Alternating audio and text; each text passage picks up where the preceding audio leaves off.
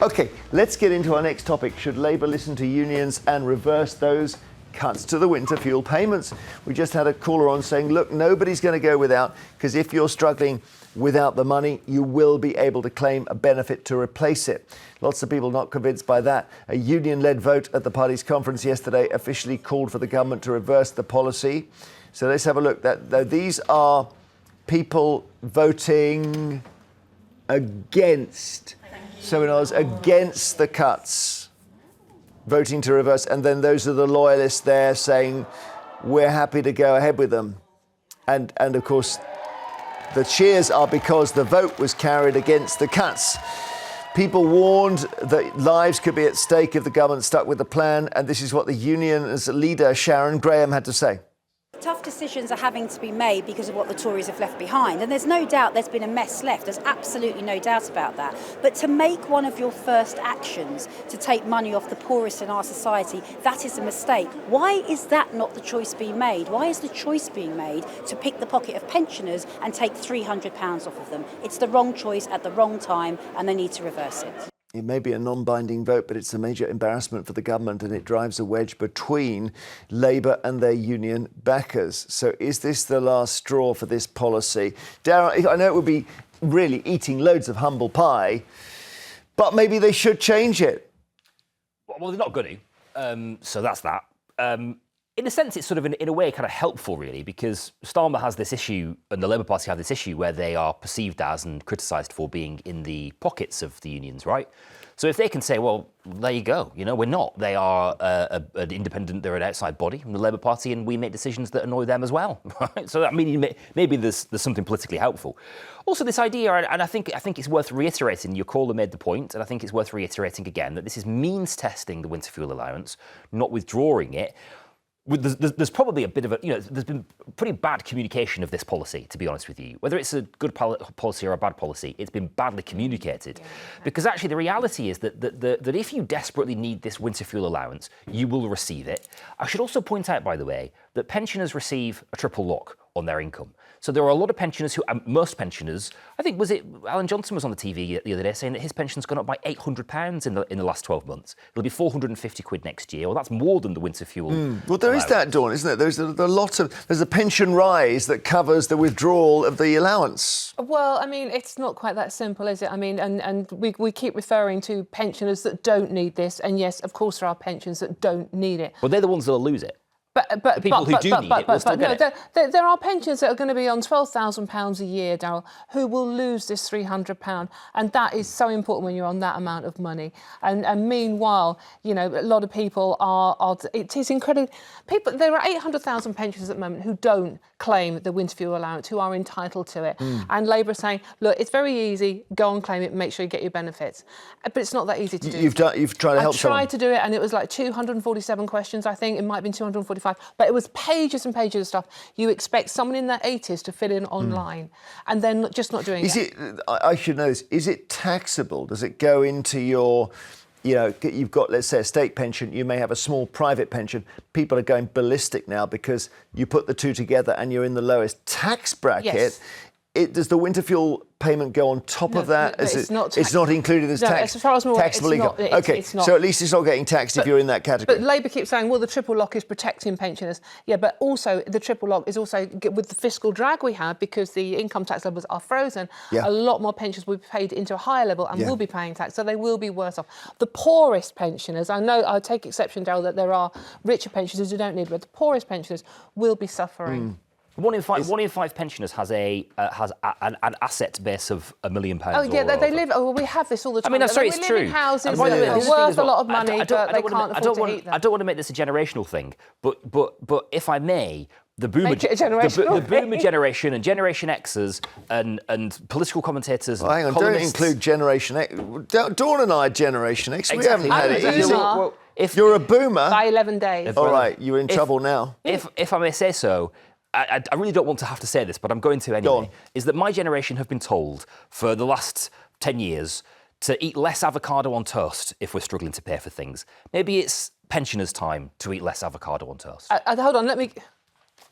Mum, or put that down. coffees or whatever else. I can honestly say my mum has never eaten avocado toast on her life. point- no, but The point remains is there that is a he's been hypocrisy. told. This is what happens: is that the young, let's call Darryl young for a moment, for the sake of argument. The young people are told they can't afford houses because they spend their whole time travelling, taking photos of each other, and eating avocado. The point is, Darryl's not going to die of cold, is he? Well, but somewhere the point He remains that might if you, do. He's young. He won't die of cold. He can run around. If you are too poor to pay for your heating, you will get winter fuel Oh, allowance. Darryl, it's not the bottom that line. easy. That's the bottom line. But it's a bigger thing policy. that Darryl's making. I say this neutrally, is that their generation has been shafted from every angle, and then they're now supposed to be paying tax for pensioners to have a winter fuel allowance. And why doesn't the winter fuel allowance go to people who are 25? Who are wealthy. That's by what the he. way. But I can't make this point. They're wealthy. But if you genuinely need the winter fuel allowance, you will get the winter fuel allowance. And it actually, the other thing as well to say is that as a benefit, as a handout, it makes perfect sense to means test it in the way that you would any other so kind of. The other question, the other debate here support. then is why are we means testing pensioners? Okay.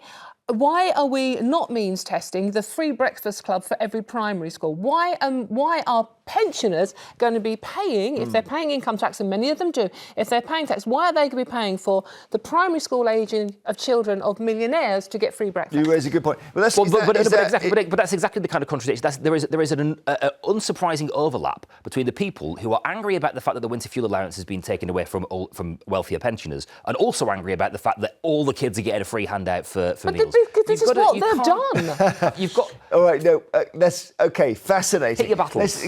Let's keep on this. Dave in Lancaster, what do you think? Because very interesting whether actually the winter fuel allowance should be paid to 25-year-olds because they're the ones who are struggling. Morning, Jeremy. Can I get something else in just before I start?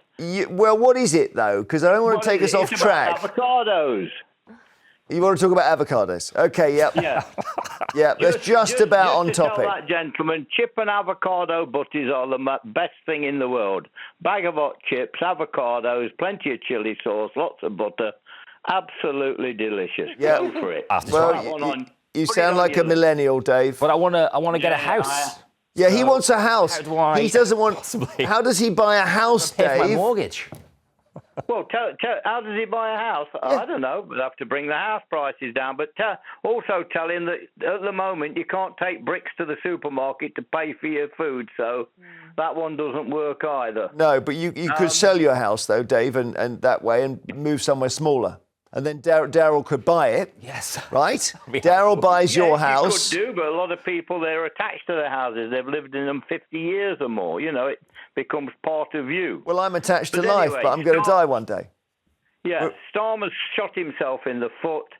He's made nurses and pensioners scapegoats in place of train drivers and doctors. And if he doesn't reverse this or do something about it when they have their budget at the end of October, I think the local elections will come along and he will find himself in deep water. Thanks, Dave. I think, well, that would need the Conservatives to get their act together sharpish, and there's no sign of that. But we could see a very swift decline in Labour's popularity. You're right, Dave. Leslie in Staffordshire, hi. Hi, hello. I know we're ranging all over the place. What do you think Labour should do right now? Well, I think they've got to think about it very carefully. If I can quote me, I am Yes, you £5 can. You're above doing that the at the limit. moment. Yeah. What? I'm £5 above the limit. I cannot claim pension credit. So this thought that if you really need the fuel allowance, you can get it. You can't. No, I hear you. I now pay tax on a very, very, very small private income. Yeah. Of £20 a month, which I've never paid before. And on this massive £5 extra that I get, I still have to pay for dentistry, my eyes, the television licence, and the £150 rise in fuel. Really now, hard. And I'd say the other thing is that you probably find your private pension pushes you into a zone. You don't get the winter fuel allowance, but the tax on the private pension means you get less. And you can't cancel your private pension. No, I can't. And I can't change the annuity into cash because that was stopped.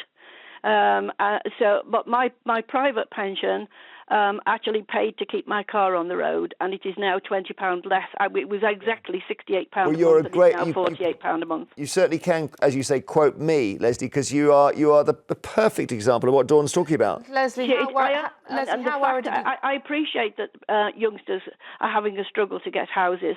I don't know what they thought I did when I was a youngster. I had a struggle to get a house. Yeah. I've moved from a larger property into a two-bedroom house, and I have a garden in which I grow a lot of my own food. Yep. I do Outside all toilet. I can to cut back my expenses, but I cannot get the pension and credit. I just do not qualify. Yeah, well, Darryl, maybe the issue, thank you, Leslie, it's the issue is this, that forgive me, but your generation expects to have a flat screen TV when you don't have a job. I don't think so, and I think that's exactly the kind on a credit card. Well, I think that's exactly the kind of sort of trope, really, that has been bandied around. And I made the point to illustrate something, right, as opposed to really meaning it. That of course we should be trying to do everything that we can to protect to protect vulnerabilities, to sort of create a society that works for everybody. I don't want to create an intergenerational war here because we won't get anywhere. But the fact of the matter is that a tough fiscal decision had to be made. Pensioners have for a very long time been allowed to acquire lots of wealth, lots of opportunity. It's true. They are a generation who have had it good, and they are entitled to have had it good. The fact of the matter is, with this winter fuel allowance, and you know, I hear Leslie's case. I'd be fascinated to take a closer look at it. But the reality is that those people who are the absolute hardest off are rightly going to get a winter fuel allowance. Okay. Later, it's the papers and everything else.